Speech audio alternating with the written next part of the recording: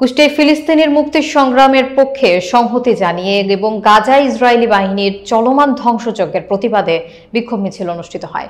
চলমান আগ্রাসন এবং নারী শিশু সহ হাজারো নিরীহ মানুষ হত্যার প্রতিবাদে বিশ্বব্যাপী হরতালের প্রতি একাত্মতা প্রকাশ করে বিক্ষোভ মিছিলে অংশগ্রহণ করেন বিভিন্ন সংগঠন এবং সাধারণ জনতা। মঞ্জুরুল ইসলামের প্রতিবেদনে দেখুন বিস্তারিত।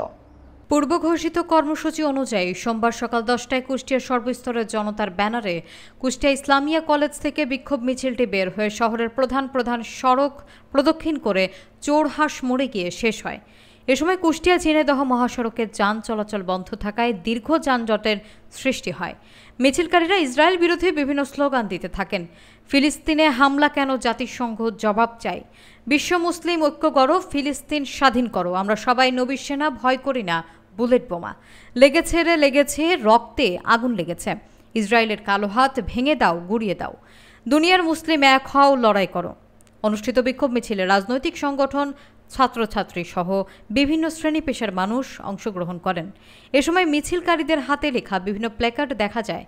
সমাবেশে বক্তব্য রাখেন জেলা বিএনপির সাবেক যুগ্ম সম্পাদক কাজল মাজমাদার, ইসলামী আন্দোলন বাংলাদেশ কুষ্টিয়া জেলা শাখা সভাপতি আলহাজ আহমদ আলী, সাধারণ সম্পাদক জিএম তাওহিদ আনোয়ার সহ আরও অনেকে।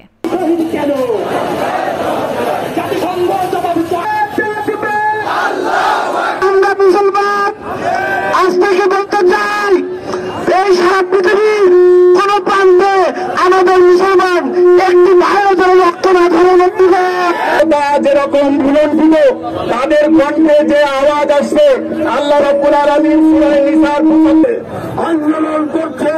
গোটা বিশ্বের মুসলিমরা যদি ঐক্যবদ্ধভাবে আন্দোলন করে।